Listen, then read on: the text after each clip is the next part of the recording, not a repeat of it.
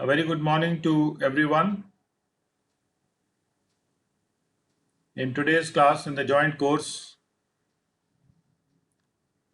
being organized by DTRTI Lucknow and Delhi for the ITO exam preparation, the departmental exams, and it's a great pleasure to address you all once again today.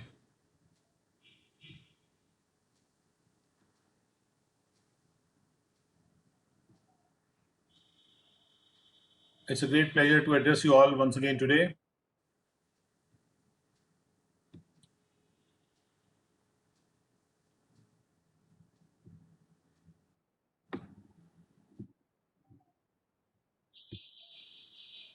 Now I'm sharing my file so that I can begin the presentation.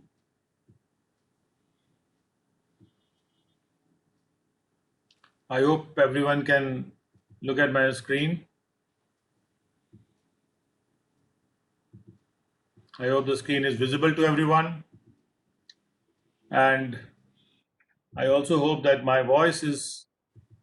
coming clear.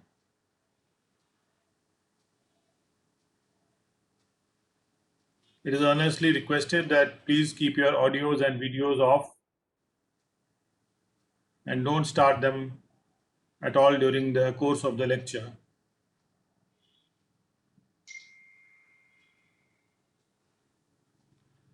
The Word document has been displayed to you.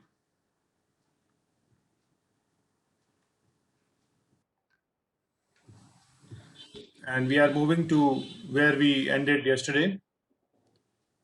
As you are aware that we are doing income deemed to accrue or arise in India, Section 9. And in Section 9, we had completed explanation 2 yesterday, 2A. Please keep your audios off. Kindly keep your audios off. No videos or audio. Vikram Rajara, please keep your audio off.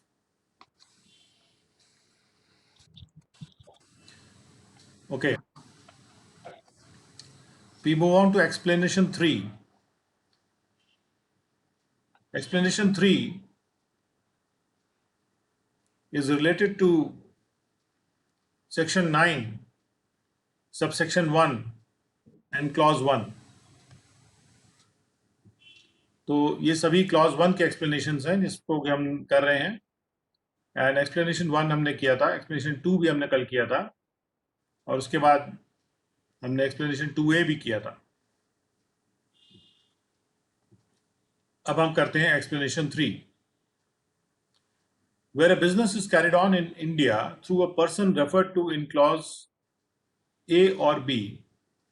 or clause C of explanation 2. Only so much of income as is attributable to the operations carried out in India shall be deemed to accrue or arise in India. Explanation 2 का जो clause A, B और C है,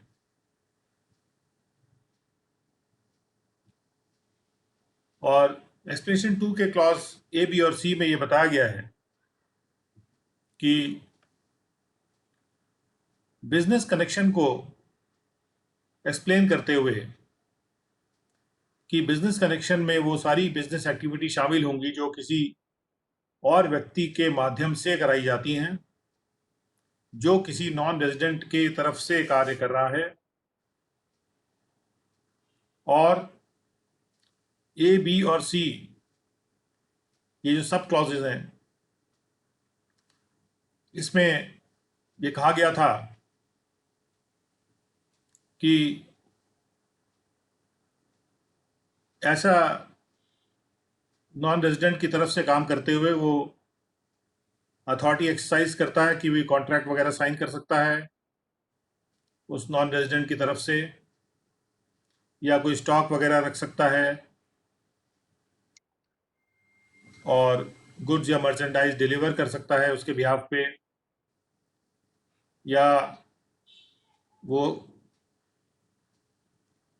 लिखित में अधिकृत ना होने पर भी ऑर्डर्स प्राप्त करता है उस नॉन रेजिडेंट के बिहाफ पे या एक ग्रुप ऑफ नॉन रेजिडेंट्स के बिहाफ पे जो कि एक कॉमन कंट्रोल के तहत हैं। तो जहाँ पर भी ऐसा होता है कि कोई नॉन रेजिडेंट के बिहाफ पे कोई दूसरा पर्सन इंडिया में कॉन्ट्रैक्ट कर रहा है, बिजनेस कर रहा है, तो ऐसे केस में वो जो इनकम है वो एट्रीब्यूट वो बिजनेस कनेक्शन से, इंडिया के बिजनेस कनेक्शन से मानी जाती है और deem to approve arise India में मानी जाती है। इसलिए और इसी संबंध में एक्सप्लेनेशन 3 में कहा गया है कि केवल उतनी ही income, only so much of that income, जो कि इंडिया में जो ऑपरेशंस किए जा रहे हैं उस पर लागू की जा सकती हो, उस पर एट्रीब्यूट की जा सकती हो, उतनी ही इनकम जो है वो डीम टू अक्रू और अराइज इन इंडिया मानी जाएगी, जो किसी दूसरे व्यक्ति के माध्यम से कराई जा रही है किसी नॉन रेजिडेंट के द्वारा। अब एक्सप्लेनेशन 4 ये कहता है कि for the removal of doubts it is hereby clarified, संदेहों को दूर करने के लिए ये स्पष्टीकरण किया जा रहा है यहां पर कि जो एक्सप्रेशन यानी जो शब्द या शब्द समूह थ्रू नाम से जो शब्द है, shall mean and include and shall be deemed to have always meant and included, through शब्द का जहां प्रयोग किया गया है उसका मतलब यह होगा और उसमें वो सब शामिल होगा और ये भी मान लिया जाएगा कि हमेशा मतलब वही था और ये सब चीजें उसमें शामिल रही हैं, यानी कि by means of, in consequence of या by reason of. By means of का मतलब है उसके द्वारा, इन कॉन्सिक्वेंस ऑफ यानी कि उसके परिणाम स्वरूप, और बाय रीजन ऑफ यानी उस कारण से। यानी जहां भी ऊपर दिए गए एक्सप्लेनेशन में, सॉरी ऊपर दिए गए क्लॉज में थ्रू शब्द का प्रयोग किया गया है, वहां पर थ्रू वर्ड का मीनिंग में ये 3 मीनिंग भी शामिल माने जाएंगे, bye means of, in consequence of या बाय रीजन ऑफ। यानी थ्रू वर्ड को थोड़ा और क्लैरिफाई किया जा रहा है, उसकी परिभाषा को और विस्तृत किया जा रहा है। अब देखते हैं थ्रू वर्ड ऊपर इस्तेमाल किया गया है, एक्सप्लेनेशन 2 में इस्तेमाल किया गया है, ये कहते हुए ये डिक्लेयर किया जा रहा है कि बिजनेस इन कनेक्शन में शामिल होंगी वो कोई भी बिजनेस एक्टिविटी जो चलाई जा रही है थ्रू अ पर्सन, किसी भी व्यक्ति के माध्यम से। तो यहां पर थ्रू को, जहां थ्रू शब्द है, थ्रू का मतलब होता है में से या माध्यम से, तो इसी शब्द के जो 3 अर्थ लिए गए वहां पे कि बाय मीन्स ऑफ या इन कॉन्सिक्वेंस ऑफ, उसके परिणाम स्वरूप, उसके माध्यम से, ये सारे मीनिंग ग्रहण किए जाएंगे थ्रू शब्द में भी। उस कारण से भी बाय रीजन ऑफ भी शामिल किया गया है। और उसके बाद हम आते हैं एक्सप्लेनेशन 5 पर। एक्सप्लेनेशन 5 ये कहता है कि for the removal of doubts, संदेहों को दूर करने के लिए, it is hereby clarified, ये स्पष्टीकरण किया जा रहा है यहां पर, that an asset or a capital asset being any share or interest in a company, कि यदि कोई एसेट है या कोई कैपिटल एसेट है जो कि एक शेयर के रूप में है किसी कंपनी में या किसी एंटिटी में, या कोई इंटरेस्ट है यानी कोई किसी भी तरह का ओनरशिप या कोई ऐसा जुड़ाव उस कंपनी में जो कि एक एसेट या कैपिटल एसेट है, और ये जो कंपनी है एंटिटी है, एंटिटी मतलब कोई भी संस्था जो कि रजिस्टर्ड या इनकॉर्पोरेटेड है आउटसाइड इंडिया, यानी वो जो कंपनी या एंटिटी है वो भारत से बाहर उसका रजिस्ट्रेशन हुआ है, या भारत से बाहर जो रजिस्ट्रेशन होता है, कहीं कहीं शब्द इनकॉर्पोरेशन भी यूज किया जाता है, तो भारत से बाहर जिसका इनकॉर्पोरेशन हुआ है, उस कंपनी में अगर कोई एसेट है, शेयर या कोई और इंटरेस्ट के रूप में कंपनी में, it shall be deemed to be and shall always be deemed to have been situated in India, तो उसको इंडिया में उस एसेट को इंडिया में सिचुएटेड होना माना जाएगा, और ये भी माना जाएगा कि वो हमेशा से इंडिया में ही सिचुएटेड रहा है। हैव बीन मतलब रहा है। If the share or interest derives directly or indirectly its value substantially from the assets located in India, अगर वो शेयर या जो भी दिलचस्पी या जुड़ाव था उस कंपनी या एंटिटी में, उसका वो डिराइव कर रहा है या तो सीधा या घूम घुमा के भी अपनी वैल्यू को, यानी अपनी वैल्यू जो प्राप्त कर रहा है वो शेयर, वो अपनी वैल्यू मुख्यतः सब्सटैंशियली मतलब 50% से ऊपर मान सकते हैं एसेट्स लोकेटेड इन इंडिया। जो एसेट्स लोकेटेड है इंडिया में, मान लीजिए कंपनी है, उसके 50% या उससे ज़्यादा के एसेट्स अगर इंडिया में स्थित हैं, तो ऐसे कंडीशन में जो भी शेयर होल्डिंग उसमें किसी की होगी, ये मानी जा सकती है कि वो शेयर होल्डिंग अपनी वैल्यू ऐसे एसेट से डिराइव कर रही है जो कि सब्सटैंशियली इंडिया में स्थित हैं, लोकेटेड हैं। तो ये एसेट्स का सवाल क्यों आ रहा है यहाँ पे? क्योंकि हमने ऊपर ये पढ़ा था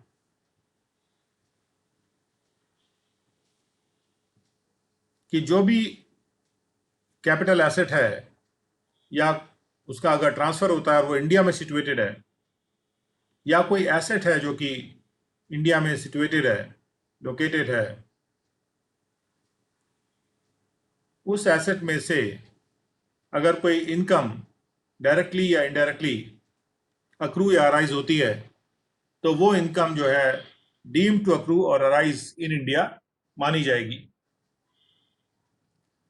डीम का मतलब ही मानी जाएगी, मतलब उसका ये मान लिया जाएगा कि वो अक्रू या अराइज इंडिया में हो रही है। तो यहाँ पर चूंकि जो शब्द एसेट यूज किया जा रहा है, ये जो शब्द कैपिटल एसेट यूज किया जा रहा है, इन्हीं एस के संदर्भ में, और मैं ये भी क्लैरिफाई कर दूं, यहाँ शब्द थ्रू का भी जो प्रयोग किया गया है, तो थ्रू का जहां पर भी प्रयोग आ रहा है सेक्शन में, वहां पर वो 3 मीनिंग भी ग्रहण किए जाएंगे, यानी by means of, in consequence of and by reason of. तो थ्रू शब्द का प्रयोग देख सकते हैं आप, यहां पर भी आ रहा है इस क्लॉज 1 में, और एक्सप्लेनेशन में भी आ रहा है। जहां जहां भी आ रहा है, ये 3 जगह पे आप देख सकते हैं थ्रू शब्द का, ये चौथा जगह ये भी है।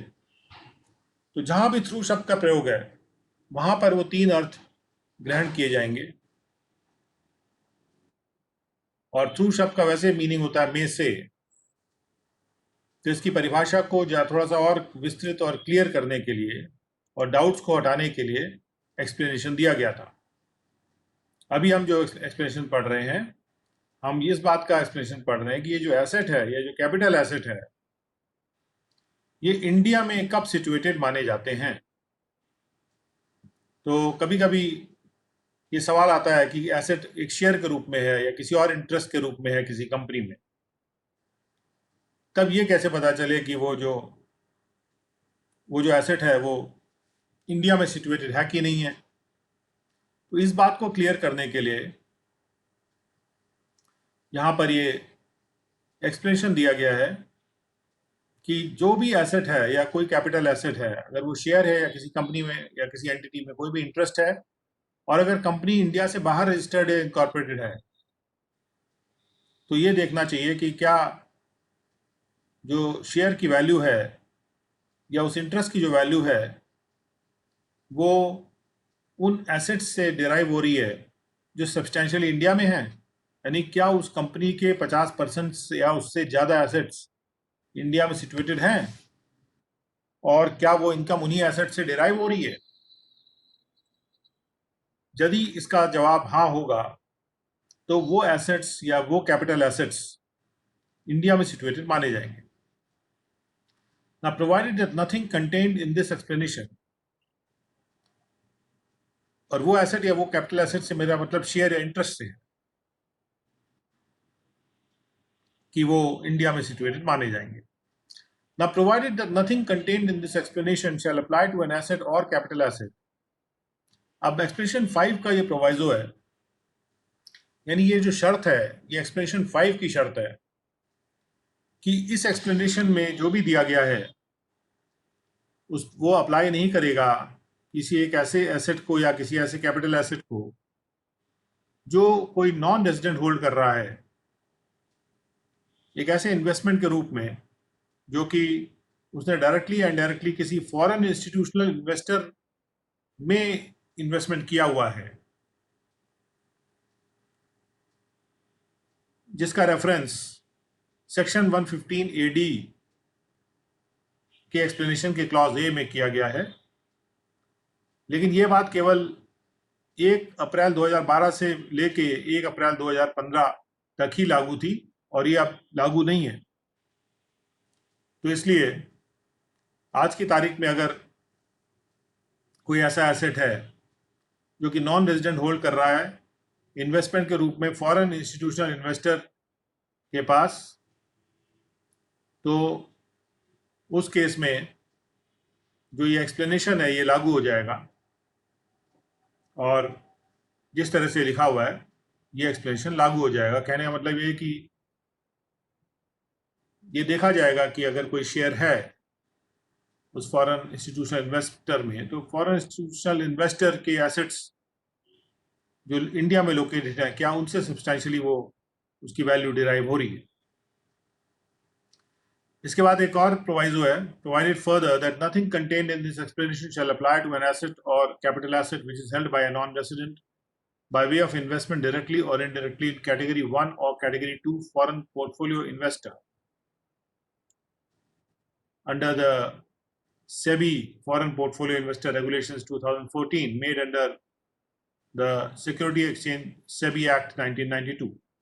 यानी SEBI का जो एक्ट है 1992 का, उसके तहत जो SEBI foreign portfolio investor regulations बनाए गए हैं, तो बेसिकली उसमें कैटेगरी 1 और कैटेगरी 2 का अगर कोई इन्वेस्टर है तो उस पर ये एक्सप्लेनेशन लागू नहीं होगा।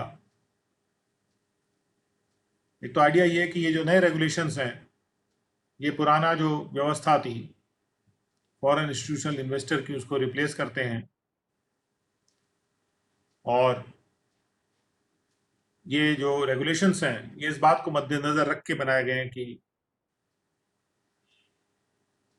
हमारे असेसिंग ऑफिसर को ये कोशिश ना करनी पड़े देखने की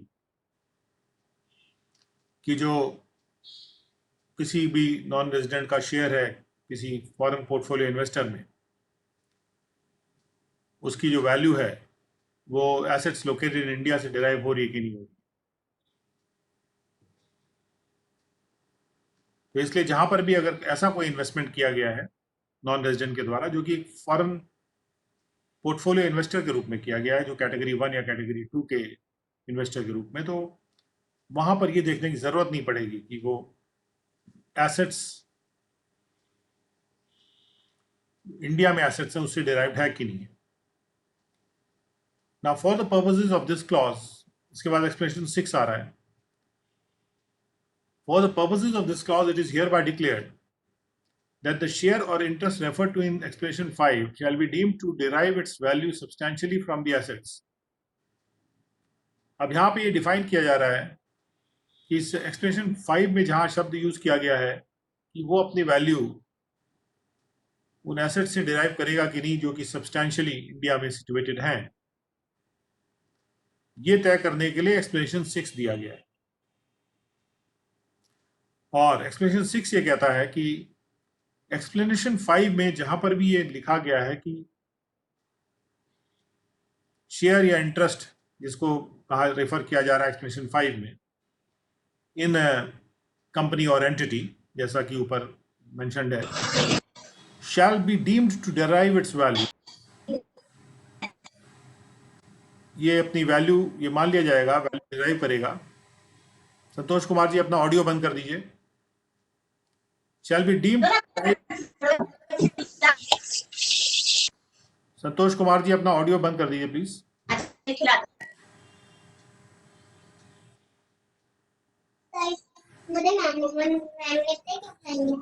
संतोष कुमार जी से रिक्वेस्ट है कि प्लीज अपना ऑडियो बंद कर दीजिए।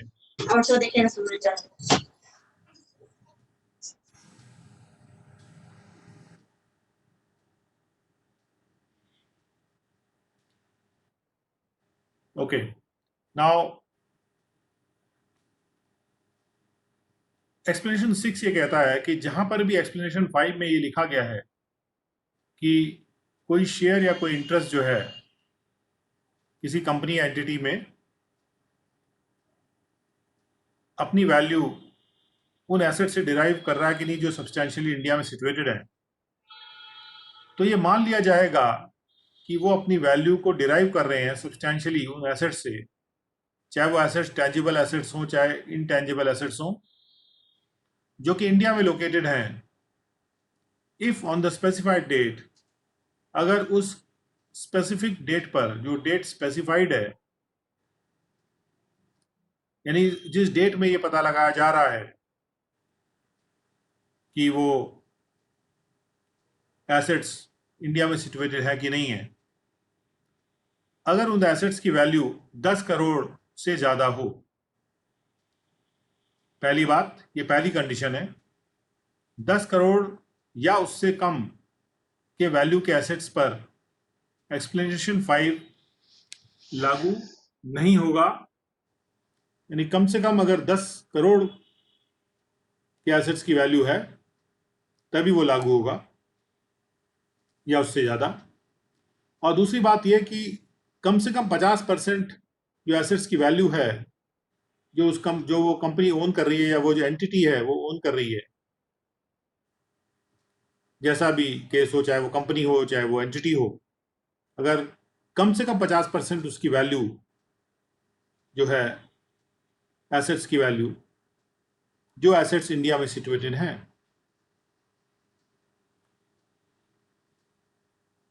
तो वो अगर लोकेटेड है इंडिया में, तो ये मान लिया जाएगा कि वो उससे जो इनकम डिराइव हो रही है या जो वैल्यू डिराइव हो रही है वो सब्सटैंशियली उन एसेट से है जो कि इंडिया में लोकेटेड है। और दूसरी बात ये कि the value of an asset shall be the fair market value. Value शब्द को डिफाइन किया गया है कि वैल्यू का मतलब है fair market value. Fair market value शब्द को आप डेफिनेशन में भी आपने पढ़ा है कि वैल्यू का मतलब है fair market value as on the specified date, उसी डेट पे जिस डेट पे हम स्पेसिफिकली पता लगा रहे हैं कि वो एसेट की वैल्यू क्या है, उसको वैल्यू कर रहे हैं। Of such asset without reduction of liabilities, और एसेट की वैल्यू में से हम लायबिलिटीज उस एसेट पे जो भी हों उनको रिड्यूस नहीं कर रहे हैं। हमें केवल ये देखना है कि जो भी एसेट है जिससे कोई वैल्यू डिराइव हो रही है, तो वो जो एसेट्स हैं वो अपनी उनकी जो इंट्रिंसिक वैल्यू है एसेट्स की विदाउट रिडक्शन ऑफ लायबिलिटीज, वो कितनी है और क्या वो एसेट्स इंडिया में सिचुएटेड है कि नहीं है। तो जहां तक के वैल्यू का सवाल है, हमको फेयर मार्केट वैल्यू लेना पड़ेगा, और फेयर मार्केट वैल्यू में वहां पे लायबिलिटीज को रिड्यूस करने का कोई मतलब नहीं है। और वो जो फेयर मार्केट वैल्यू है in respect of the asset determined in such manner as may be prescribed, यानी कि जो फेयर मार्केट वैल्यू है वो प्रेस्क्राइब्ड मैनर में डिटरमिन की जा सकती है, डिटरमिन की जाएगी। यानी कि कैसे ये फेयर मार्केट वैल्यू निकाली जाएगी, इस पर रूल बनाया जाएगा इनकम टैक्स रूल के तहत, और हम एक्सप्लेन करेंगे जो रूल बनाया गया इस संबंध में। तो लेकिन जब तक वो रूल नहीं बनाया जा सकता तब तक ये जो एसेट की वैल्यू है, ये इसका जो फेयर मार्केट वैल्यू है वो डिटरमिन नहीं होगा। तो इसलिए डेफिनेटली रूल बनाया जाएगा, because fair market value determine की जाएगी प्रेस्क्राइब मैनर में। उसके बाद इसी एक्सप्लेनेशन 6 का पार्ट सी है कि अकाउंटिंग पीरियड शब्द का मतलब है, अकाउंटिंग पीरियड शब्द का अर्थ है ईच पीरियड ऑफ 12 मंथ्स, हर 12 महीने का वो period ending with the 31st day of March, जो कि 31वें दिन मार्च के खत्म हो रहा हो। यानी कि वो आप ये कह सकते हैं कि 1 अप्रैल से शुरू होके और 31 मार्च को खत्म हो रहा हो, जो 12 महीने का पीरियड है।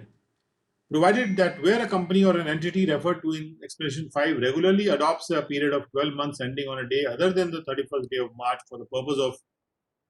complying with the provisions of the tax laws of the territory of which it is a resident for tax purposes,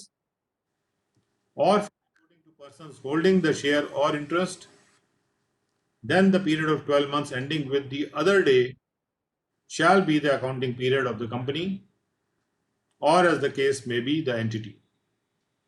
तो जहां पर भी यह पता लगाना है कि उस कंपनी या उस एंटिटी का अकाउंटिंग पीरियड क्या था, क्योंकि हमें यह तय करना पड़ेगा कि उस अकाउंटिंग पीरियड में जो एसेट्स थे उसके वो इंडिया में सब्सटैंशियली सिचुएटेड थे कि नहीं थे एक स्पेसिफाइड डेट पर। तो उस पर्पस के लिए अगर ये वैसे तो 12 महीने का पीरियड माना जाएगा जो अकाउंटिंग पीरियड होगा, जो कि 31 मार्च को खत्म होगा, लेकिन बशर्ते कि यदि वो कंपनी या एंटिटी नियमित रूप से रेगुलरली एक ऐसा पीरियड 12 महीने का अडॉप्ट कर रही है जो कि किसी दूसरे दिन है, अदर डे, जो कि 31 मार्च के अलावा किसी दिन खत्म होता है,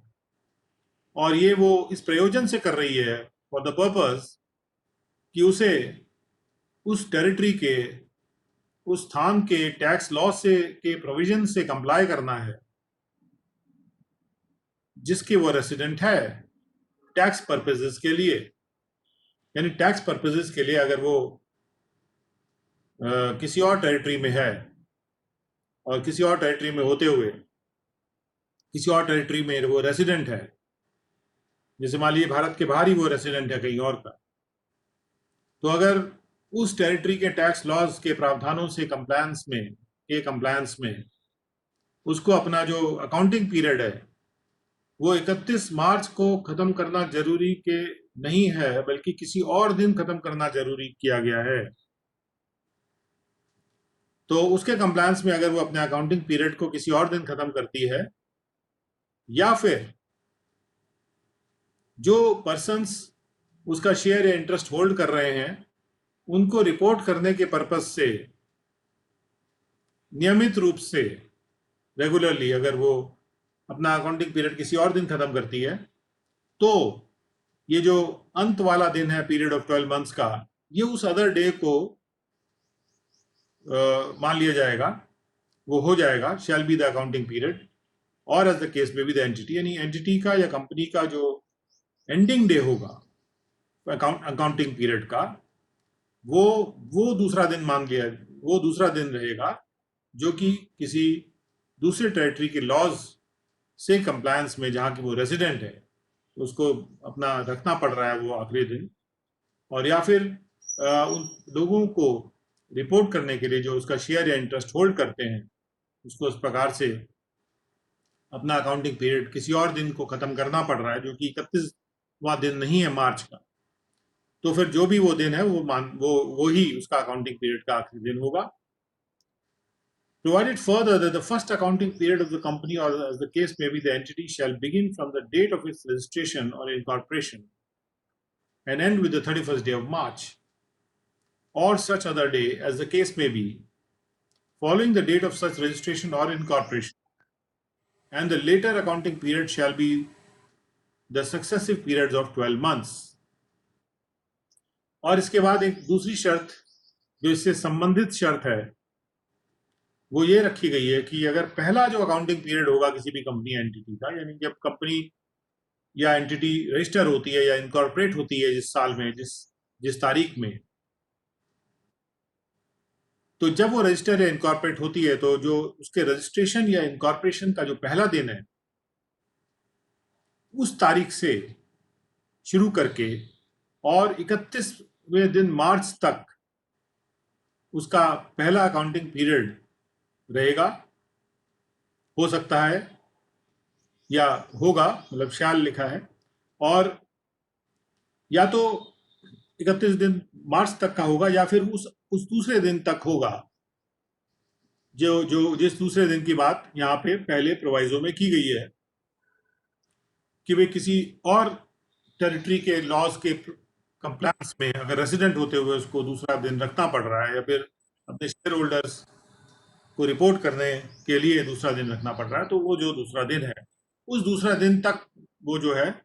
वो उसका अकाउंटिंग पीरियड खत्म माना जाएगा। और उसके बाद से जो भी अकाउंटिंग पीरियड होंगे वो 12-12 महीने के फिर चलेंगे। सक्सेसिव पीरियड यानी एक के बाद एक पीरियड जो उसके बाद के होंगे वो 12-12 महीने वाले चलेंगे। पहले वाला पीरियड जो है उस तारीख से शुरू होगा जब उसका रजिस्ट्रेशन या इनकॉर्पोरेशन किया गया और वो खत्म होगा या तो 31वें दिन मार्च के या उस दूसरे दिन जब उसका अकाउंटिंग पीरियड खत्म हो रहा है। नाउ प्रोवाइडेड ऑल्सो, अब एक और इसमें शर्त है कि provided also that if the company और the entity ceases to exist, अगर वो कंपनी या एंटिटी वो खत्म हो जाती है before the end of the accounting period, जो अकाउंटिंग पीरियड उसका है उसके पहले खत्म हो जाती है, एज अफोरसेड, यानी जिस अकाउंटिंग पीरियड को पहले कहा गया है, मेंशन किया गया है इसके पहले कि वो अकाउंटिंग पीरियड है, उस अकाउंटिंग पीरियड के खत्म होने से पहले ही अगर वो कंपनी या एंटिटी खुद ही खत्म हो जाती है तो जो अकाउंटिंग पीरियड है it shall end immediately before the company or as the case may be the entity ceases to exist. तो जैसे ही वो कंपनी खत्म होती है या वो एंटिटी खत्म होती है उसका जो अकाउंटिंग पीरियड है वो तुरंत उसके तुरंत पहले ही खत्म हो जाएगा, इमीडिएटली बिफोर, यानी तुरंत पहले ही, उस कंपनी के खत्म होने से पहले तो अकाउंटिंग पीरियड उसका खत्म, तुरंत पहले मतलब बिल्कुल कोई समय नहीं है, बस पहले खत्म हो जाएगा। और इसके बाद जहां पर यहाँ पे स्पेसिफाइड डेट की बात की जा रही है कि जो स्पेसिफाइड डेट है जिसमें हम वैल्यू निकाल रहे हैं, तो स्पेसिफाइड डेट क्या है? तो specified date means, specified date का मतलब है date on which the accounting period of the company और the case may be the entity ends. Specified date का मतलब है कि जिस तारीख में वो अकाउंटिंग पीरियड खत्म होता है preceding the date of transfer of a share or an interest, जब भी वो शेयर या जब भी वो इंटरेस्ट ट्रांसफर होता है। अब क्या है कि अगर कोई शेयर है या कोई इंटरेस्ट है किसी कंपनी या एंटिटी में किसी के पास,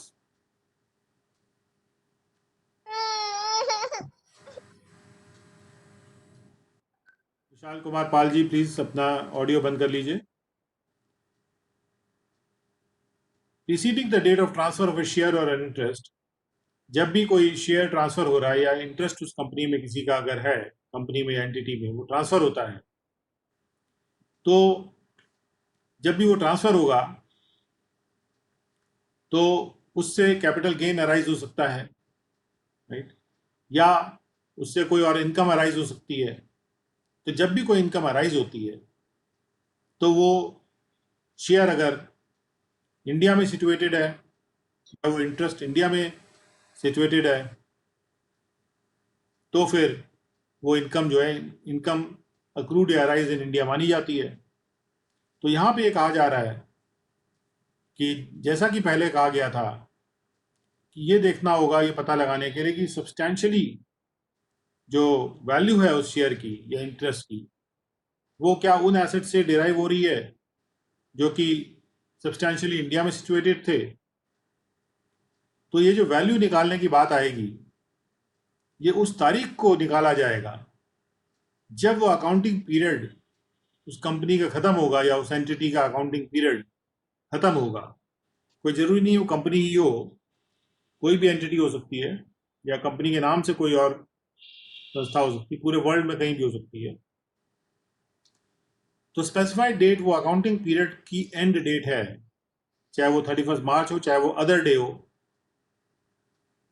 जो कि उस शेयर और इंटरेस्ट के ट्रांसफर हो जाने से पहले खत्म हुआ था अकाउंटिंग पीरियड, और द डेट ऑफ ट्रांसफर, या वो स्पेसिफाइड डेट ट्रांसफर की ही डेट है if the book value of the assets of the company, or as the case may be the entity on the date of transfer, exceeds the book value of the assets as on date referred to in subclause 1 by 15%. कहने का मतलब ये कि जो date यहां पर sub clause 1 में mentioned है, यानी वो डेट जो जब अकाउंटिंग पीरियड खत्म हो रहा है ट्रांसफर की डेट से पहले, अगर उसके मुकाबले में, उस डेट के मुकाबले में date of transfer of the shares या इंटरेस्ट पर अगर हम उसकी बुक वैल्यू निकालते हैं, अगर हम उस एसेट्स की बुक वैल्यू को कैलकुलेट करते हैं, बुक वैल्यू यानी बुक्स ऑफ अकाउंट्स से अगर उसकी बुक वैल्यू निकालते हैं, जो बुक वैल्यू निकालने का जो भी मेथड होता है एसेट्स की बुक वैल्यू निकालने का अंडर अकाउंटेंसी नॉर्म्स, तो जो बुक वैल्यू होगी उस कंपनी के एसेट्स की या उस एंटिटी के एसेट्स की डेट ऑफ ट्रांसफर को, अगर वो बुक वैल्यू जो डेट इसके पहले सब क्लॉज में मेंशन्ड है उस डेट की बुक वैल्यू से 15% ज्यादा है, तो यदि अकाउंटिंग पीरियड खत्म हुआ, अकाउंटिंग पीरियड खत्म होने के बाद शेयर ट्रांसफर हुआ किसी टाइम, और यदि ये देखा गया कि शेयर की ट्रांसफर की डेट पर जो बुक वैल्यू थी वो अकाउंटिंग पीरियड की एंडिंग डेट की बुक वैल्यू से 15% ज्यादा यदि है, तो जो स्पेसिफाइड डेट है वो डेट ऑफ ट्रांसफर मानी जाएगी। यानी कि उस केस में जो स्पेसिफाइड डेट है, जिस तारीख को हमको ये निकालना है कि भाई वो शेयर जो था उसकी वैल्यू वो इंडिया में दिए गए एसेट से डिराइव्ड है कि नहीं है सब्सटैंशियली,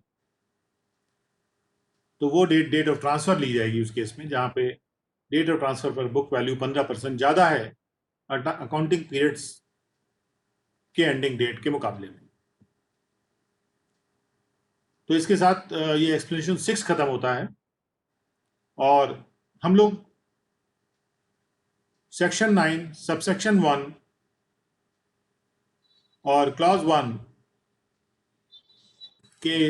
एक्सप्लेनेशंस को पढ़ रहे हैं, and we are on explanation 7 now. So explanation 7 says that for the purposes of this clause, इस clause के purpose से, यानी 911 के purpose से, no income shall be deemed to accrue or arise to a non-resident from transfer outside India of any share or interest in a company or an entity registered or incorporated outside India referred to in the explanation 5. कोई भी income किसी भी non resident को deem to accrue या arise नहीं मानी जाएगी from transfer outside India, यदि कोई शेयर या इंटरेस्ट इंडिया से बाहर अगर ट्रांसफर होता है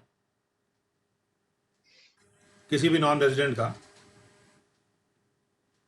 जो भी शेयर या इंटरेस्ट उसका किसी कंपनी में है या किसी एंटिटी में है, जो कंपनी या एंटिटी इंडिया से बाहर रजिस्टर्ड या इनकॉर्पोरेटेड है, जिसका वर्णन एक्सप्लेनेशन 5 में किया गया है। तो यहां यह बात सीधी करी जा रही है कि no income shall be deemed to accrue और arise to a non resident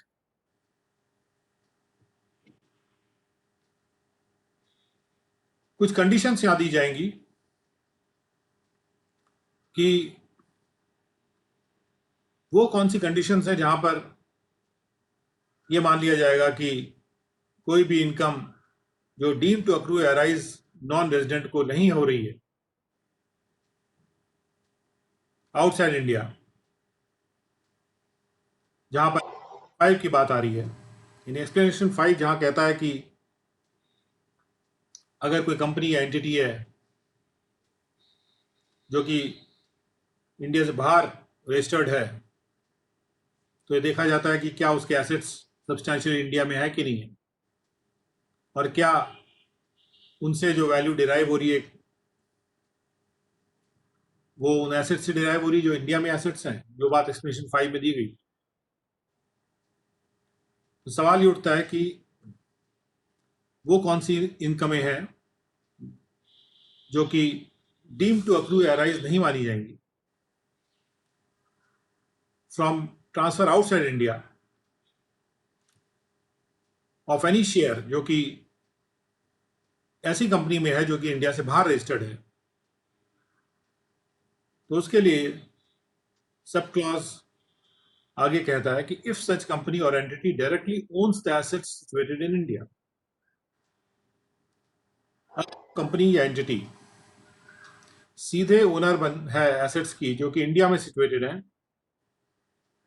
and the transferor whether individually or along with its associated enterprises, जो ट्रांसफर कर रहा है शेयर और इंटरेस्ट को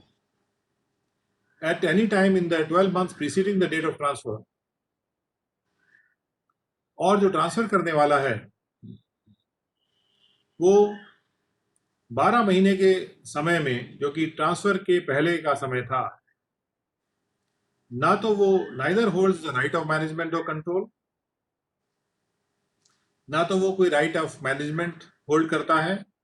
और ना ही कोई कंट्रोल का राइट होल्ड करता है उस कंपनी के रिलेशन में जिसका शेयर वो बेच रहा है, या उस एंटिटी के रिलेशन में, नॉर होल्ड्स वोटिंग पावर और share capital exceeding 5% of the total voting power or total share capital or total interest। ना तो वो मैनेजमेंट या कंट्रोल का राइट होल्ड कर रहा है उस कंपनी में, और ना ही वो 5% से ज्यादा का वोटिंग पावर या 5% से ज्यादा शेयर कैपिटल या 5% से ज्यादा का उसमें जुड़ाव होल्ड कर रहा है, एज द केस में भी किसी भी कंपनी में या एंटिटी में। खासतौर पे एंटिटी के लिए इंटरेस्ट शब्द ज्यादा इस्तेमाल होता है। यदि वो व्यक्ति ऐसा व्यक्ति है जो ट्रांसफर कर रहा है शेयर्स को, वो ऐसे शेयर्स हैं जो कि ऐसी कंपनी में है जिसमें ना तो उसका 12 महीने के दौरान डेट ऑफ ट्रांसफर से पहले ना तो उसका कोई मैनेजमेंट का राइट था, ना कंट्रोल का राइट था, ना ही उसके पास 5% से ज्यादा की वोटिंग पावर थी, और जहां पे वो कंपनी या एंटिटी सीधे इंडिया में एसेट्स होल्ड कर रही है, तो ऐसे केस में वो इनकम डीम टू अक्रू या अराइज आउटसाइड इंडिया नहीं मानी जाएगी, यानी कि वो इनकम डीम टू अक्रू या अराइज इंडिया में मानी जाएगी for the purpose of explanation 5, जहां पे उस कंपनी और एंटिटी का वर्णन एक्सप्लेनेशन 5 में किया गया। और दूसरी बात यहां कही जा रही है, if such company or entity indirectly ons the assets situated in India. पहली बात तो ये थी कि जहां पे वो कंपनी डायरेक्टली इंडिया में एसेट्स होल्ड कर रही है या ओन कर रही है। अब आ रही है बारी कि जब कंपनी या एंटिटी जो है इनडायरेक्टली ओन करती है उन एसेट्स को जो कि इंडिया में सिचुएटेड है, और जो ट्रांसफरर है शेयर्स का चाहे वो इंडिविजुअली ट्रांसफर कर रहा हो या अपने साथ के लोगों, साथ के एंटरप्राइजेस के साथ मिलकर ट्रांसफर कर रहा हो, जो कि 12 महीने के within date of transfer से पहले ना तो वो राइट ऑफ मैनेजमेंट या कंट्रोल होल्ड कर रहा था उस कंपनी या एंटिटी के रिलेशन में, nor holds any right in or in relation to such company or entity which would entitle him to the right of management or control in the company, और ना तो वो सीधा उस राइट ऑफ मैनेजमेंट या control को hold कर रहा है, ना वो कोई ऐसा राइट होल्ड कर रहा है जो उसको एंटाइटल कर देगा, जो उसको हकदार बना देगा कि वो उस मैनेजमेंट या कंट्रोल के राइट को होल्ड करे उस कंपनी में, एंटिटी में, जो कि डायरेक्टली ओन करती है एसेट्स को जो सिचुएटेड है इंडिया में। यानी यदि कोई कंपनी या एंटिटी है, अगर वो सीधे एसेट्स होल्ड कर रही है इंडिया में, तो इस व्यक्ति के पास कोई ऐसा राइट नहीं है जिससे कि वो उसका मैनेजमेंट या कंट्रोल कर सके। और यदि वो कंपनी अगर इनडायरेक्टली ओन कर रही है एसेट्स जो इंडिया में सिचुएटेड हैं, तो उस कंडीशन में भी उसके पास कोई डायरेक्ट मैनेजमेंट या कंट्रोल का राइट नहीं है। Nor hold such percentage of voting power और शेयर कैपिटल और interest in such company or entity which results in holding of voting power or share either individually or along with associated enterprises, or interest exceeding 5% of the total voting power or total share capital or total interest, as the case may be, of the company or entity that directly owns the assets situated in India. और ना ही उसके पास 5% से ज्यादा का voting power है या share capital है या इंटरेस्ट है ऐसी कंपनी या एंटिटी में, जिसका परिणाम ये होता है कि उसको वोटिंग पावर या शेयर कैपिटल या इंटरेस्ट 5% से ज्यादा का मिल जाएगा। ना तो उसके पास सीधा वो वोटिंग पावर, शेयर कैपिटल या इंटरेस्ट है, ना ही कोई ऐसा अधिकार है जिससे उसको उतना वोटिंग पावर या शेयर कैपिटल या इंटरेस्ट मिल जाएगा, या जिसके परिणाम था उसको मिल जाएगा। चाहे वो इकलौता उसको होल्ड कर रहा हो या फिर वो अपने साथ वाली एंटरप्राइजेस के साथ मिल के होल्ड कर रहा हो। यानी अगर वो शेयर्स को मिल के ट्रांसफर कर रहा है तो ये देखा जाएगा कि वो सब लोग मिल के 5% से ज्यादा की शेयर होल्डिंग तो नहीं रख रहे हैं, या वोटिंग पावर तो नहीं रख रहे हैं, या इंटरेस्ट तो नहीं रख रहे हैं उस कंपनी या एंटिटी में, जो कि अपने जिसके एसेट्स जो हैं वो इंडिया में सिचुएटेड है, विच ओन्स द एसेट्स, और डायरेक्टली जो कंपनी या एंटिटी ओन करती है एसेट्स जो कि इंडिया में सिचुएटेड है। तो ऐसे कंडीशन में अगर उसके पास 5% से ज्यादा का पावर नहीं है या मैनेजमेंट या कंट्रोल का भी राइट नहीं है, और उसके पास अपनी शेयर होल्डिंग है छोटी मोटी जो भी है, जो कि 5% से ज़्यादा नहीं है या 5% या उससे ज़्यादा नहीं है, और उस कंपनी पे कोई मैनेजमेंट का अधिकार भी नहीं है उसके पास, या कंट्रोल का कोई अधिकार भी नहीं है, तो अगर वो उस कंपनी के एसेट्स इंडिया में सिचुएटेड हैं और अगर वो अपने शेयर्स को बेच देता है, तो ये नहीं माना जाएगा कि उसकी जो इनकम है इंडिया से बाहर अक्रू या राइज हुई थी।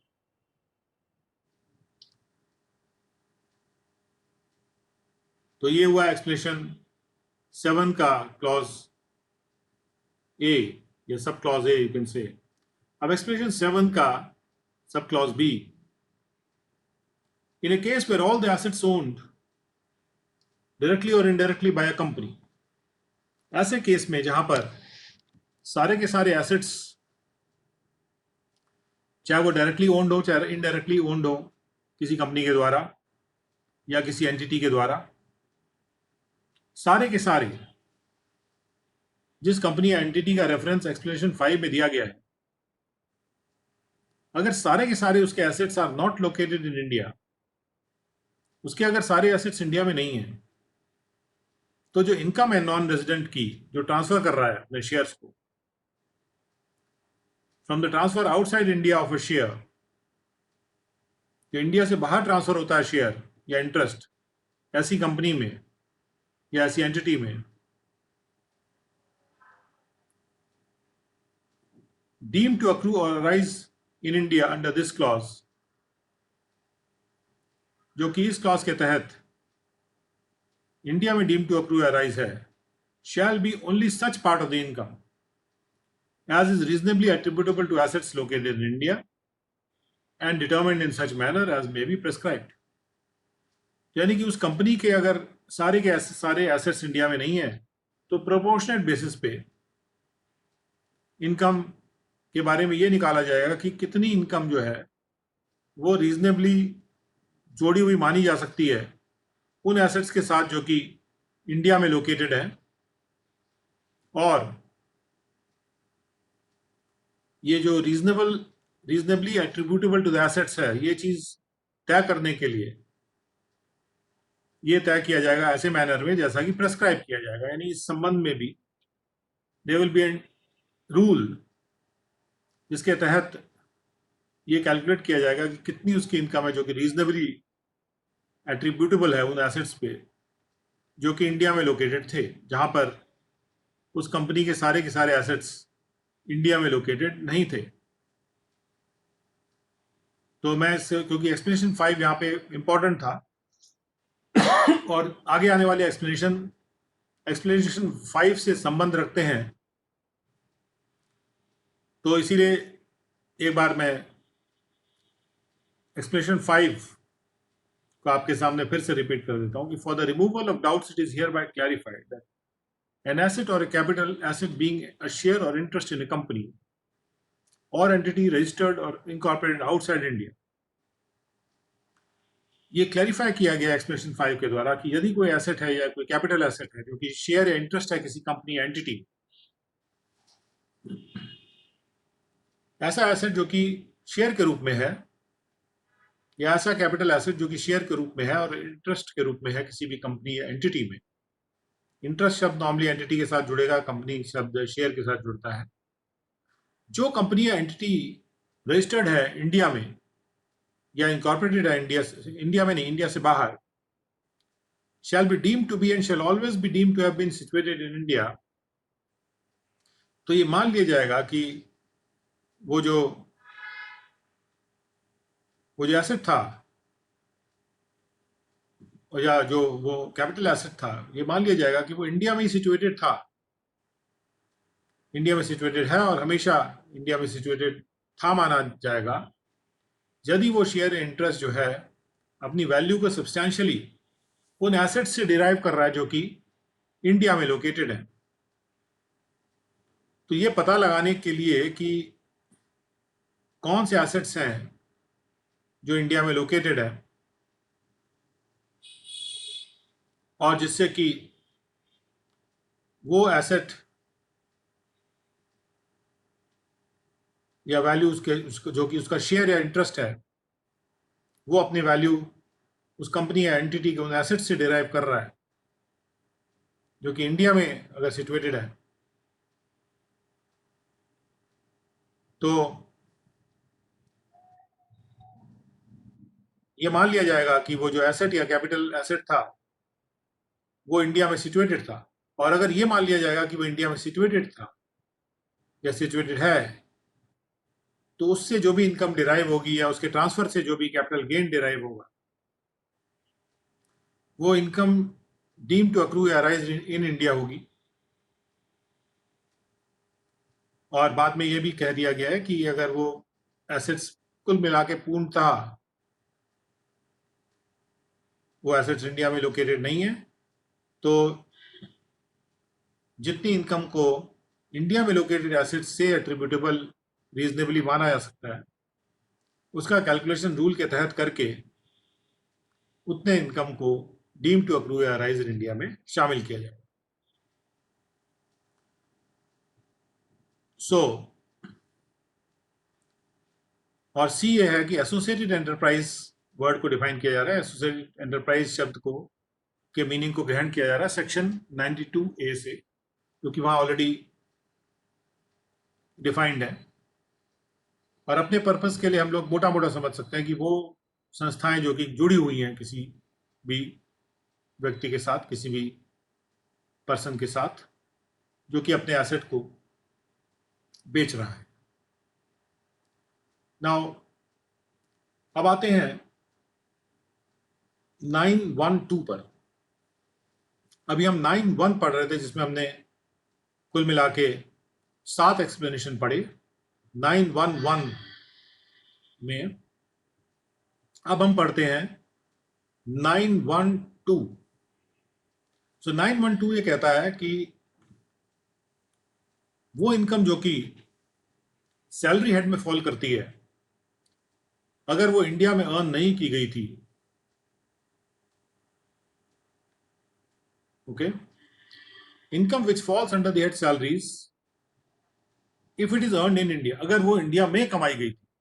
अगर इंडिया में कोई सैलरी हेड की इनकम कमाई जाती है, तो वो इनकम डीम टू अक्रू या राइज इन इंडिया मानी जाती है।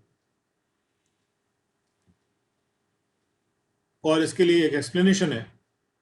कि for the removal of doubts it is hereby declared that income of the nature referred to in this clause payable for service rendered in India and for the rest period or leave period which is preceded and succeeded by services rendered in India and forms part of the service contract of employment shall be regarded as income earned in India. जहां पर भी प्रश्न उठेगा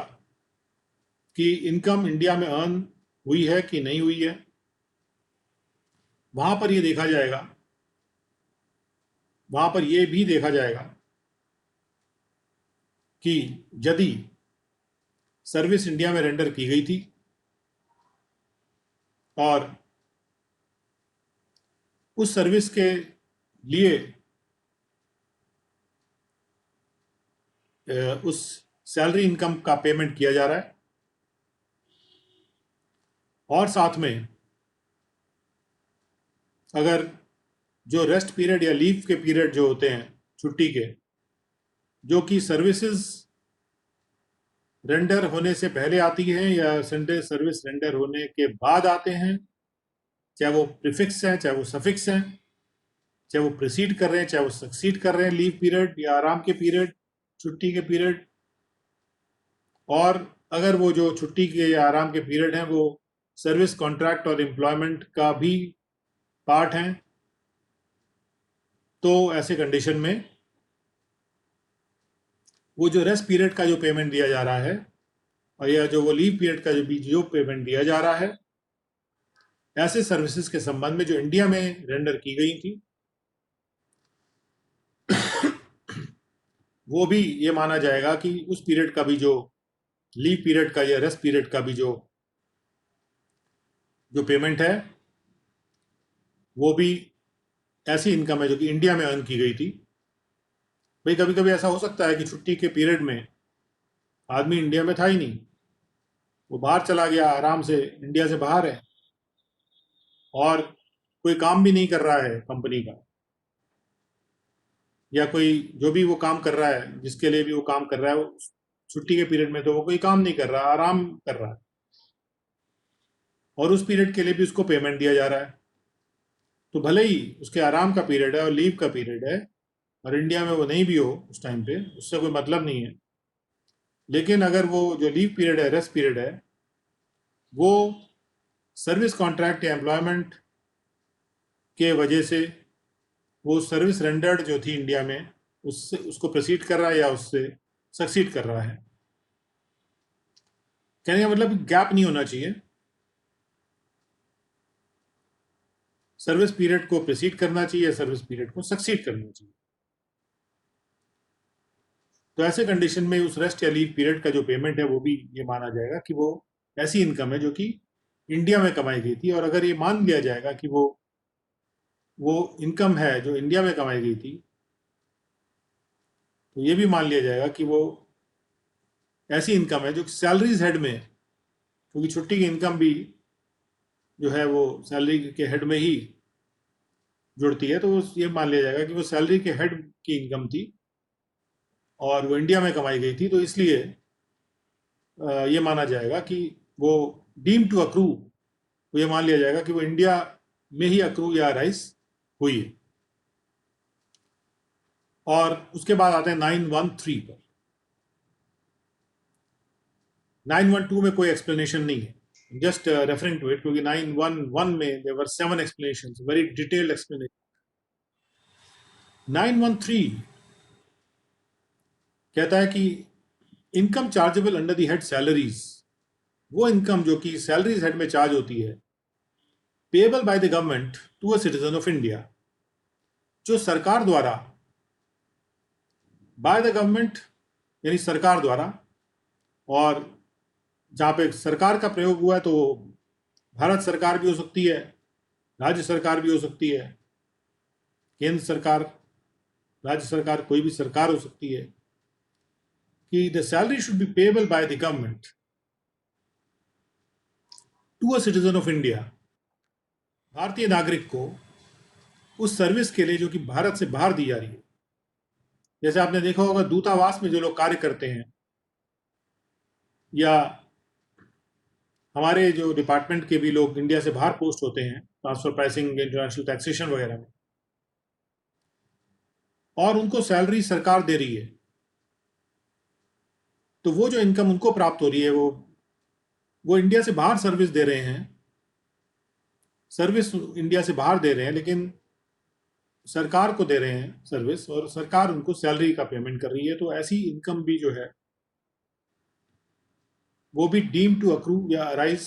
India में कही जाएगी,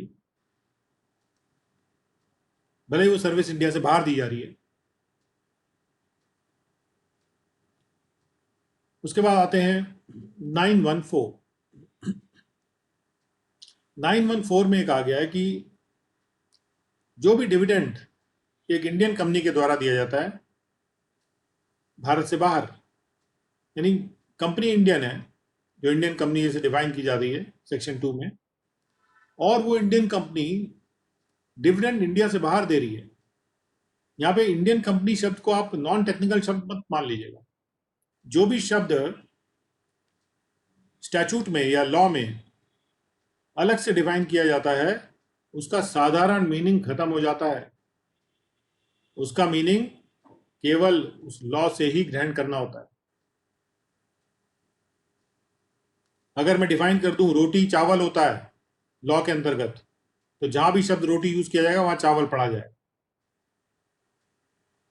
तो इस बात का बहुत ध्यान रखने की वाली बात है कि जैसे इंडियन कंपनी शब्द देखने में ऐसा लगता है कि साधारण है, लेकिन you have to go by the definition. So dividend paid by an Indian company outside India, भारत से बाहर पे किया गया जो डिविडेंड है इंडियन कंपनी के द्वारा, वो भी इनकम डीम टू अक्रू और अराइज इंडिया में माना जाएगा। अब आता है 915 पर, और 915 ये कहता है कि income by way of interest which is payable by the government, ऐसी इनकम जो कि ब्याज है जो कि सरकार द्वारा दिया जा रहा है, और by a person who is a resident, या किसी रेसिडेंट पर्सन के द्वारा दिया जा रहा है, except where the interest is payable in respect of any debt incurred or money is borrowed and used for the purposes of a business or profession carried on by such person outside India, or for the purpose of making or earning any income from any source outside India, सिवाय उन conditions के, accept ये सिवाय, जहां पर interest ऐसे loan के respect में पेबल है या ऐसी डेट के रिस्पेक्ट में पेबल है जिस डेट को इनकर किया गया था, या जिस जहां पे पैसा बोरो किया गया था या और यूज किया जा रहा था for the purposes of a business, एक ऐसे बिजनेस या प्रोफेशन के पर्पस के लिए जो कि उस ऐसे व्यक्ति द्वारा, यानी जो व्यक्ति वो लोन ले रहा है उसके द्वारा चलाया जा रहा था भारत से बाहर, यानी कि कोई व्यक्ति है जो कि अपने बिजनेस को भारत से बाहर चला रहा है और उसके लिए वो कोई लोन ले रहा है, भले ही वो एक रेजिडेंट है, तो अगर वो कोई इंटरेस्ट दे रहा है तो जिसको भी वो इंटरेस्ट देता है उसके हाथ में वो जो इंटरेस्ट होगा वो इनकम डीम टू अक्रू या राइज इंडिया में नहीं होगा, क्योंकि उसके द्वारा बिजनेस जो है वो इंडिया से बाहर चला जा रहा है, जिसके लिए उसने लोन लिया था, भले ही वो रेसिडेंट हो। वैसे तो कोई रेसिडेंट अगर लोन लेता है और उस पर इंटरेस्ट देता है किसी को, तो जिसके हाथ में भी वो इंटरेस्ट जा रहा है उसके हाथ में वो इनकम डीम टू अक्रू या राइज इन इंडिया माना जाएगा। इनकम अक्रू या राइज माना जाएगा इंडिया में। लेकिन अगर वो उस लोन का इस्तेमाल इंडिया से बाहर चलाए गए बिजनेस में कर रहा है या ऐसी इनकम को अर्न करने के लिए कर रहा है, for the purpose of making और अर्निंग, ऐसी इनकम बनाने के लिए या ऐसी इनकम कमाने के लिए कर रहा है जो कि ऐसे स्रोत से आ रही है जो कि भारत से बाहर है, या तो उसका कोई बिजनेस है जो कि इंडिया से बाहर चला रहा है, या उसका जो इनकम आ रही है, जो इनकम की कमाई हो रही है या इनकम बनाई जा रही है उसकी उसके द्वारा, वो ऐसे स्रोत से बनाई जा रही है जो इंडिया से बाहर है। कहने का मतलब ये, या तो उसका बिजनेस इंडिया से बाहर चलाया जा रहा है या फिर उसका आय का स्रोत इंडिया से बाहर है, और उस आय के स्रोत के लिए या आय कमाने के लिए वो अगर कोई लोन लेता है और लोन का वो इंटरेस्ट दे रहा है, तो रेजिडेंट होते हुए भी वो जो इनकम किसी को जाएगी वो deem to accrue arise in India नहीं मानी जाएगी। और दूसरी ओर अगर वो व्यक्ति एक नॉन रेजिडेंट है, a person who is a non-resident where the interest is payable in respect of any debt incurred or money borrowed and used for the purposes of a business or profession carried on by such person in India। अगर वो एक non resident है और वो India में कोई business या profession चला रहा है और उस बिजनेस या प्रोफेशन को चलाने के लिए उसके प्रयोजन से कोई मनी बोरो करता है, वो इनकर करता है, और उस बोरोइंग पर वो कोई इंटरेस्ट दे रहा है, उसके द्वारा इंटरेस्ट दे है, तो यदि वो व्यक्ति एक नॉन रेजिडेंट भी है भले ही और लोन लेके इंडिया में यूज कर रहा है उस पैसे को किसी ऐसे बिजनेस में जो कि इंडिया में चलाया जा रहा है उसके द्वारा ऐसे पर्सन के द्वारा चलाया जा रहा है, तो उस पर जो भी वो इंटरेस्ट दे रहा है किसी को, तो जिसके हाथ में वो इंटरेस्ट जा रहा है वो उसकी इनकम डीम टू अक्रू या अराइज इंडिया में माना जाएगा। यानी पैसा कैसे इस्तेमाल होता है उस पर डिपेंड करता है कि इनकम कैसे अराइज होती है। और इसके संबंध में वी हैव एन एक्सप्लेनेशन। किसके संबंध में? 915, जहां पर हम income by way of interest payable की बात कर रहे हैं, उसके संबंध में there is an explanation. And ये एक्सप्लेनेशन ये कहता है कि for the purposes of this clause, इस क्लॉज के पर्पज से it is here bye declared, ये घोषणा यहां की जा रही है, that in the case of a non resident, कि अगर कोई एक नॉन रेसिडेंट है उसके मामले में, being a person engaged in the business of banking, जो कि ऐसा पर्सन है, person word again harks back to the definition clause, हमें डेफिनेशन क्लॉज पे जाना होगा पर्सन की डेफिनेशन के लिए। एक नॉन रेजिडेंट है जो कि ऐसा पर्सन है जो कि, जब मैं व्यक्ति शब्द भी कहूं बोलते हुए, तो what I mean is the person as defined in section 2। एक अगर नॉन रेजिडेंट है जो कि ऐसा पर्सन है जो कि बिजनेस ऑफ बैंकिंग में एंगेज्ड है, बैंकिंग का बिजनेस में जुटा हुआ है, any interest payable by the permanent establishment in India of such non-resident, ऐसे कंडीशन में अगर कोई इंटरेस्ट दे है उस परमानेंट स्थापना के द्वारा इंडिया में, जो कि उस नॉन रेजिडेंट की परमानेंट स्थापना है इंडिया में, या परमानेंटली एस्टैब्लिश्ड ऑफिस भी बोल सकते हैं उनका, तो जो भी परमानेंट एस्टैब्लिशमेंट है इंडिया में उस नॉन रेजिडेंट का,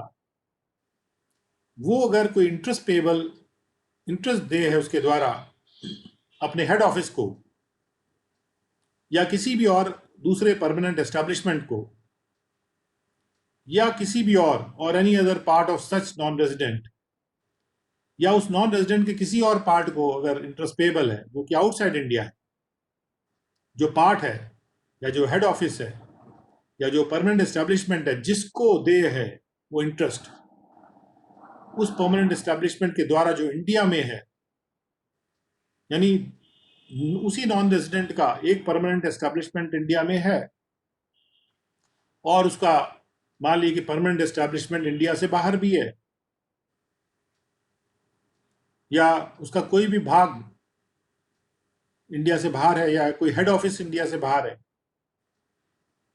तो यहां का जो परमानेंट एस्टैब्लिशमेंट है वो अगर कोई इंटरेस्ट उसके द्वारा इंटरेस्ट पेएबल है उसी नॉन रेजिडेंट के किसी और हेड ऑफिस या परमानेंट एस्टैब्लिशमेंट या किसी और पार्ट को जो कि इंडिया से बाहर है, shall be deemed to accrue और अराइज इन इंडिया, वो ये माना जाएगा कि वो जो इंटरेस्ट पेएबल है वो अक्रू या अराइज इंडिया में माना जाएगा, क्योंकि अगर इसका मीनिंग सोचेंगे क्यों माना जाएगा कि वो परमानेंट एस्टैब्लिशमेंट इंडिया में है, जो कि जिसने लोन लिया होगा और उसके वजह से वो इंटरेस्ट दे रहा है, तो ऑब्वियसली चूंकि उसने लोन लिया होगा तो उसने उसका इस्तेमाल इंडिया में किया होगा, बिजनेस में अगर उसने इंडिया में इस्तेमाल किया होगा तो उसी कारण से वो जो इनकम है वो इंडिया में अराइज हो रही है। And shall be chargeable to tax in addition to any income attributable to the permanent establishment in India, and shall be chargeable to tax, और वो जो इनकम पेएबल है that will be charged to tax, it will be chargeable to tax in addition to any income which is attributable to the permanent establishment in India, and the permanent establishment in India shall be deemed to be a person separate and independent of the non-resident person of which it is a permanent establishment, and the provisions of the Act relating to the computation of total income, determination of tax and collection and recovery shall apply accordingly. It's a very, very interesting explanation. यहां पे ये कहा जा रहा है कि अगर कोई इंटरेस्ट पेएबल है परमानेंट एस्टैब्लिशमेंट के द्वारा किसी बाहर के एस्टैब्लिशमेंट को, उस नॉन रेजिडेंट के, राइट, तो अब ये इंटरेस्ट किसको दिया जा रहा है? इंडिया से बाहर कोई अगर परमानेंट एस्टैब्लिशमेंट है उसी नॉन रेजिडेंट का, या उसी नॉन रेजिडेंट का कोई हेड ऑफिस है, या उसी नॉन रेजिडेंट का कोई भी पार्ट है, नॉन रेजिडेंट एक ही है जिसका एक परमानेंट एस्टैब्लिशमेंट इंडिया में और जिसका परमानेंट एस्टैब्लिशमेंट या हेड ऑफिस इंडिया से बाहर है, उसका एक पार्ट इंडिया से बाहर है। जो इंडिया में परमानेंट एस्टैब्लिशमेंट है वो इंटरेस्ट उसके द्वारा दे है बाहर के अपने उसी नॉन रेजिडेंट के परमानेंट एस्टैब्लिशमेंट को, तो यदि वो इंटरेस्ट दे है तो वो इंडिया में डीम टू अक्रू या अराइज माना जाएगा, यानी जो बाहर वाला एस्टैब्लिशमेंट है वो टैक्स देगा उस पर इंडिया में, और कोई भी और उसके अलावा जो इनकम होगी जो कि in addition to, and that will be chargeable to tax in addition to any income attributable to the permanent establishment in India, उसके अलावा भी कोई इनकम हो सकती है जो कि इंडिया में जो परमानेंट एस्टैब्लिशमेंट है उसी नॉन रेजिडेंट का, राइट, उसको एट्रीब्यूटेबल हो, यानी कि उसके साथ जोड़ी जा सके, यानी उसकी वजह से वो इनकम अगर हो रही है बाहर वाले परमानेंट एस्टैब्लिशमेंट को या बाहर वाले हेड ऑफिस को, तो जो परमानेंट एस्टैब्लिशमेंट है इंडिया में, वो ये मान लिया जाएगा कि वो एक अलग पर्सन है जो कि उस नॉन रेजिडेंट पर्सन से अलग है, separate and independent of the non resident person of which it is a permanent establishment, जिस नॉन रेजिडेंट का वो एक परमानेंट एस्टैब्लिशमेंट है। और जो एक्ट के प्रोविजंस हैं उसी प्रकार से कार्य करेंगे, कंप्यूटेशन वाले या टैक्स को डिटर्मिन करने वाले या कलेक्शन रिकवरी के, उसके अनुसार ही काम करेंगे। कहने का मतलब ये कि उस केस में जो परमानेंट एस्टैब्लिशमेंट इंडिया में है, जो उस नॉन रेजिडेंट का जो परमानेंट एस्टैब्लिशमेंट है इंडिया में, जो भी वो इनकम कमा रहा है और उसकी कमाई गई इनकम जो है, उसके अलावा वो इनकम जो कि इंटरेस्ट पेएबल वाली जो इनकम है, वो चार्ज हो जाएगी डीम टू अक्रू और राइज इन इंडिया मानते हुए। किसके हाथों में? ये इनकम जो है वो परमानेंट एस्टैब्लिशमेंट जो इंडिया में है, वो उसके हाथों में चार्ज हो जाएगी। तो इस पर्पस के लिए जो इंडिया का परमानेंट एस्टैब्लिशमेंट है, इस पर्पस के लिए वो एक सेपरेट इंडिपेंडेंट पर्सन माना जाएगा। यहां पे किसी किसी को माना जा रहा है, यहां पे किसी व्यक्ति को पर्सन माना जा रहा है, is deem to be a person. Person define नहीं किया जा रहा, पर्सन की परिभाषा में मान के शामिल किया जा रहा है उस परमानेंट एस्टैब्लिशमेंट को इन इंडिया। सो एक बार इसको फिर से पढ़ देता हूं कि it is here bye declared that in the case of a non resident being a person engaged in the business of banking, banking के बिजनेस की बात हो रही है, any interest payable by the permanent establishment in India of such non-resident to the head office or any permanent establishment or any other part of such non-resident outside India shall be deemed to accrue or arise in India and shall be chargeable to tax in addition to any income attributable to the permanent establishment in India. तो ये बात साफ की जा रही है कि जो इंडिया में परमानेंट एस्टैब्लिशमेंट है उस नॉन रेजिडेंट का, उसकी कुछ इनकम एट्रीब्यूटेबल है कि उतनी इनकम वो कमा रहा है। उसके अलावा जो भी इंटरेस्ट वो बाहर वाले परमानेंट एस्टैब्लिशमेंट को दे रहा है वो भी उसमें जोड़ दी जाएगी। यहां पे इंटरेस्ट पेबल को जोड़ा जा रहा है उस परमानेंट एस्टैब्लिशमेंट के इनकम में। यानी कोई एक बहुत बड़ी एंटिटी है जिसका एक ऑफिस, एक नॉन रेजिडेंट एंटिटी है जिसका एक ऑफिस इंडिया में भी है और उसके कई ऑफिस बाहर भी है। तो इंडिया के ऑफिस के प्रति जो इनकम एट्रीब्यूटेबल मानी जाती है, यानी इंडियन ऑपरेशन से जितनी भी इनकम एट्रीब्यूटेबल मानी जाती है, उसके अलावा कोई अगर इंटरेस्ट पेबल भी है जो इंडिया का जो परमानेंट एस्टैब्लिशमेंट है उसी नॉन रेजिडेंट के किसी दूसरे ऑफिस को दे रहा है, वो इंटरेस्ट भी जो है उसके इनकम में जोड़ा जाएगा और उस परमानेंट एस्टैब्लिशमेंट को एक पर्सन मानते हुए टैक्स किया जाएगा। यानी वो परमानेंट एस्टैब्लिशमेंट अपना पैन लेगा और उस पे वो उस टैक्स को जमा करेगा जो इंटरेस्ट वो दे रहा है, उस पे भी उसको जोड़ लेगा वो उस इनकम में जो अदरवाइज वो कमा रहा था। तो इस प्रकार से परमानेंट एस्टैब्लिशमेंट शब्द का जो मीनिंग है वो भी ग्रहण किया जा रहा है। सेक्शन 92F से वहां पे परमानेंट एस्टैब्लिशमेंट शब्द को डिफाइन किया गया है। सो विद दोज वर्ड्स, इस एक्सप्लेनेशन को आप ध्यानपूर्वक पढ़िएगा, लास्ट वाले एक्सप्लेनेशन को। This is a very very important explanation, जहां पर एक डीम टू बी एक पर्सन किसी को माना जा रहा है। दूसरी बात, जो इंटरेस्ट उसके द्वारा दिया जा रहा है उस पर भी उसको टैक्स किया जा रहा है। यानी जिसको वो दे रहा है वो अपनी रिटर्न में वो चीज नहीं दिखाएगा, जबकि ये जो दे रहा है, देने वाला ही अपने इनकम में उसको दिखाएगा, क्योंकि वो डीम टू अक्रू या राइज इंडिया में मानी जाएगी। So with those words we come to the end of 915 section 915 and we continue with 916 and other rules tomorrow, and hopefully we'll complete this lecture of section 9 tomorrow. So with those words, I come to the end of today's lecture, and thank you very much for joining in with me today.